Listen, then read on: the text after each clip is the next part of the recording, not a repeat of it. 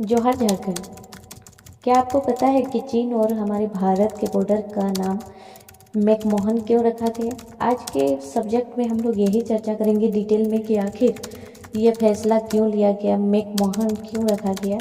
तो चलिए इसे एक कहानी के रूप में समझते हैं। यह कहानी हमें करीब 110 साल पीछे यानी साल 1914 में ले जाती है, जब पहाड़ियों की चोटी पर एक धुंधली सी लकीर खींची गई थी। जी हाँ दोस्तों, उस समय भारत पर अंग्रेजों का राज था। अंग्रेजों को हमेशा यह डर सताता था कि रूस या चीन उत्तर की ओर से भारत पर हमला न कर दे। इस खतरे को भांपते हुए उन्होंने तिब्बत और चीन के साथ मिलकर एक पक्की सीमा तय करने का फैसला किया।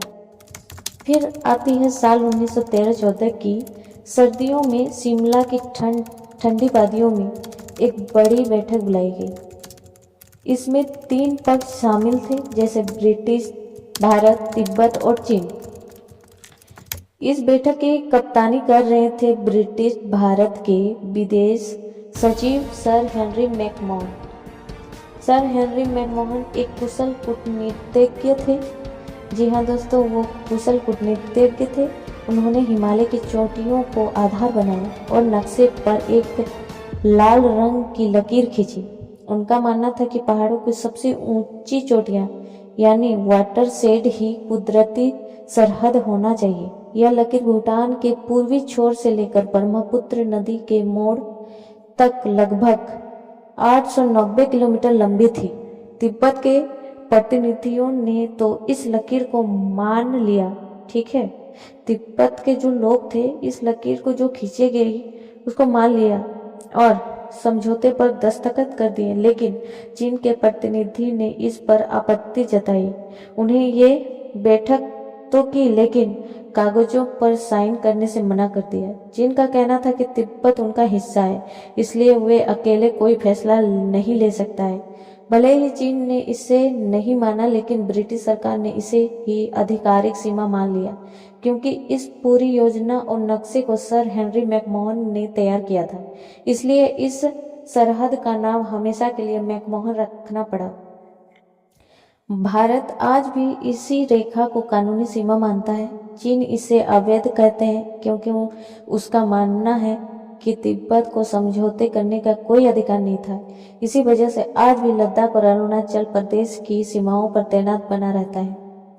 जी हाँ दोस्तों, आज भी हम लोग देखते हैं कि लद्दाख और अरुणाचल प्रदेश की सीमाओं पर बहुत सारा टेंशन बना रहता है, तनाव बना रहता है। इतिहास की यह लकीर आज भी दुनिया की सबसे विवादित सरहदों में से एक है। लेकिन बात यहाँ आता है कि सन हेनरी मैकमोहन कौन थे। तो चलिए आज शुरू करते हैं। सर विसेंट अर्थर हेनरी मैकमोहन एक अनुभवी ब्रिटिश भारतीय सेना अधिकारी और प्रशासक थे। बात आती है सन 1914 के दौरान वे ब्रिटिश भारत के विदेश सचिव के पद पर तैनात थे। वे अपनी रणनीति सोच के लिए जाने जाते थे। उन्होंने मिडिल ईस्ट और एशिया की सीमाओं का गहरा ज्ञान था। मैकमोहन रेखा को समझने के लिए शिमला सम्मेलन की बारीकियों को जानना बहुत जरूरी है। तो चलिए शुरू करते हैं। जो बफर जोन की तलाश थी यहीं से शुरू होती है। अंग्रेज चाहते थे कि तिब्बत एक बफर स्टेट बना रहे, ताकि चीन और ब्रिटिश भारत की सीमाएं सीधे वापस में ना टकराएं। हिमालय का वाटरशेड सिद्धांत यहाँ पे एक चीज लेकर आता है। मैकमोहन ने सीमा तय करने के लिए वाटरशेड प्रिंसिपल का इस्तेमाल किया। इसका मतलब था कि पहाड़ों की वे सबसे ऊंची चोटियां, वाटरशेड का मतलब है कि पहाड़ों की सबसे ऊंची चोटियां जहां से नदियां अलग अलग दिशा में बहती है, उन्हें प्राकृतिक सीमा बनाया जाए। नक्शे की अगर बात करें कलाकारी की, तो मैकमोहन ने 1 इंच बराबर 8 मील वाले नक्शे पर 2 बेहद बारीक लकीरें खींची थी। यह बारीकियां बाद में विवाद का कारण बनी, क्योंकि पहाड़ों पर जमीनी हकीकत नक्शे से थोड़ी अलग थी। शिमला सम्मेलन में चीन के प्रतिनिधि युआन चेन मौजूद तो थे, लेकिन उन्होंने अंतिम दस्तावेज पर हस्ताक्षर नहीं किए। चीन का तर्क आज भी वही है जो तब था। चीन के अनुसार तिब्बत कभी भी एक स्वतंत्र देश नहीं था, इसलिए उसे किसी विदेशी ताकत के साथ सीमा समझौता करने का अधिकार नहीं था। चीन मैकमोहन को साम्राज्यवादी अवशेष मानता है जिसे ब्रिटेन ने चीन की कमजोरी का फायदा उठाकर थोपा था।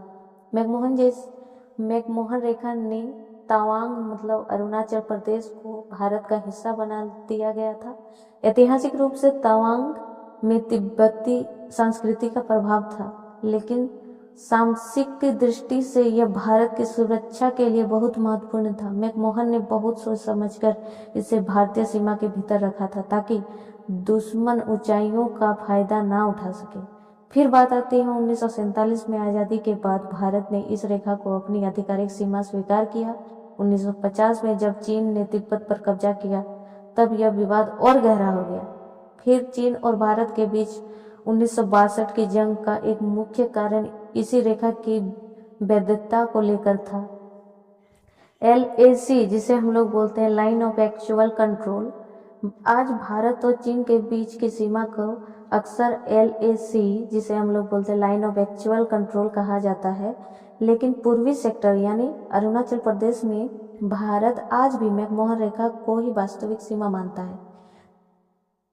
जिस सर हेनरी मैकमोहन ने यह रेखा खींची थी उनके नाम पर मध्य पूर्व में भी एक प्रसिद्ध समझौता है जिसे हुसैन मैकमोहन पत्राचार कहा गया है, जिसे प्रथम विश्व युद्ध के दौरान अरब जगत की राजनीति बदल दी थी। यह कहानी है हिमालय की बर्फीली चोटियों के बीच रची गई उस कूटनीतिक विषाद की जिसे शिमला का रहस्य भी कहा गया है। साल 1913 की कड़ाके की ठंड पड़ रही थी। शिमला की पहाड़ियों पर धुंध छाई हुई थी, लेकिन वहां के बाइसरिंगल लॉज के अंदर माहौल बहुत ही गर्म था। मेज के एक तरफ ब्रिटिश भारत के चालाक विदेश सचिव हेनरी मैकमोहन बैठे थे, दूसरी तरफ तिब्बत के प्रतिनिधि और तीसरी तरफ चीन के अधिकारी। मैकमोहन जानते थे कि अगर रूस और चीन के बीच में भारत सीमा से दूर रखना है तो हिमालय के ऊंचे पहाड़ों को एक दीवार बनाना होगा। हफ्तों तक बहस चली, नक्शे छपाए गए, चाय के दौरान चले गए, लेकिन बात बनी नहीं। चीन हर बात पर अड़ंगा लगाता रहता है। जब मैकमोहन ने देखा कि चीन आसानी से नहीं मानेगा तो उन्होंने एक साहसी कदम उठाया। उन्होंने तिब्बत के प्रतिनिधि शस्त्रा को एक अलग कमरे में बुलाया। उन्होंने उनसे एक बड़ा सा नक्शा फैलाया और अपनी पेंसिल से एक लाल लकीर खींच दी। मैकमोहन ने कहा, यह पहाड़ की चोटियां अब से हमारी सरहद होगी। तिब्बत ने इस पर सहमति दे दी क्योंकि उन्हें बदले में अंग्रेजों से कुछ सुरक्षा की उम्मीद थी।